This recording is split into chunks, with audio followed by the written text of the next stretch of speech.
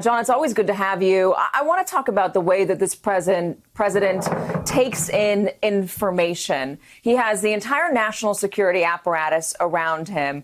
What we've seen from the past 4 years is that he trusts his gut more. We're learning even more about that now from this book by Bob Woodward, specifically what happened with North Korea in the first year of his presidency, as North Korea was sending off those ballistic missiles, and the president was exchanging this very heated rhetoric with Kim Jong-un.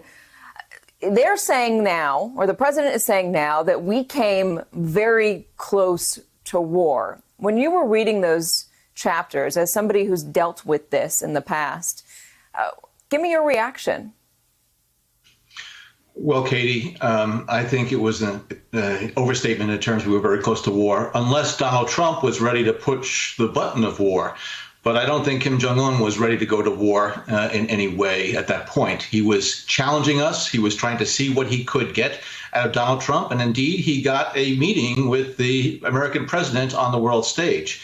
So I think what we're seeing with the Woodward book is that Donald Trump really does admire those individuals who have many of the same characteristics that he has: unethical, unprincipled, and willing to make deals that benefit themselves, but not necessarily their country. So his affinity, as you pointed out, for authoritarian leaders has been no secret. And I think he is willing to admit that openly. Because before he became president of the United States, he was the head of a private family company that he could do whatever he wanted, and he would cut corners in order to do these business deals.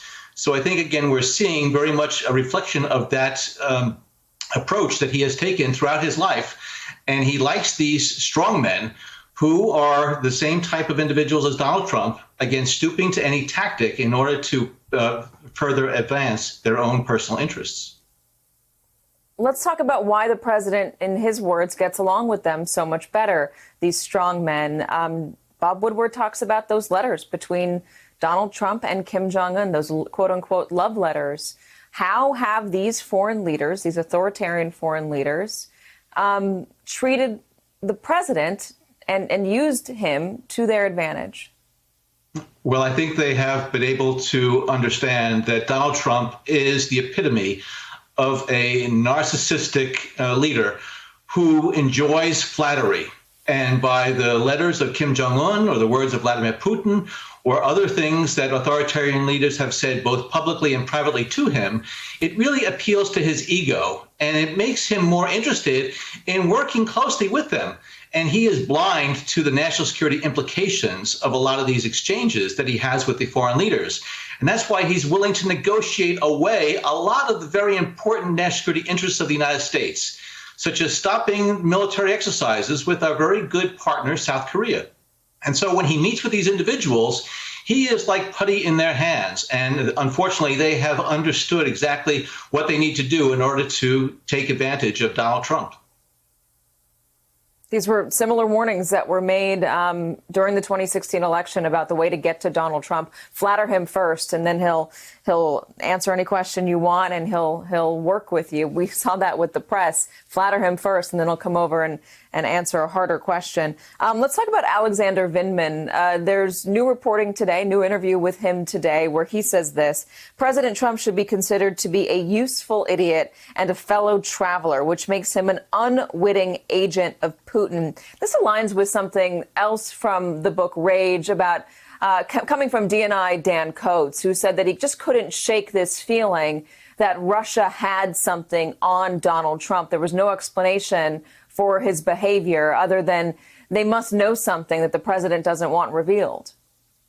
Well, I fully agree. I think there's a lot we all have to learn yet about Donald Trump's relationship, past and present, with the Russians, and specifically with Vladimir Putin. It is inexplicable how he has been able to just continue to work with Vladimir Putin and not hold him to account for what the Russians have done to our electoral system.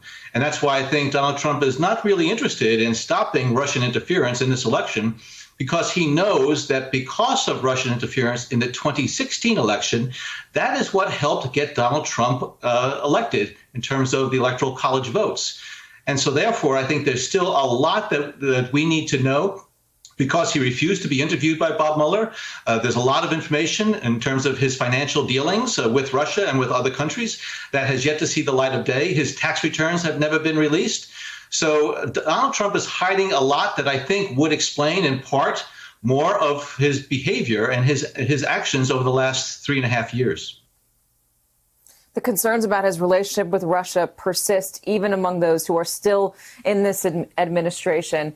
John Brennan, thank you so much for joining us. Hey there, I'm Chris Hayes from MSNBC. Thanks for watching MSNBC on YouTube. If you want to keep up to date with the videos we're putting out, you can click subscribe just below me or click over on this list to see lots of other great videos.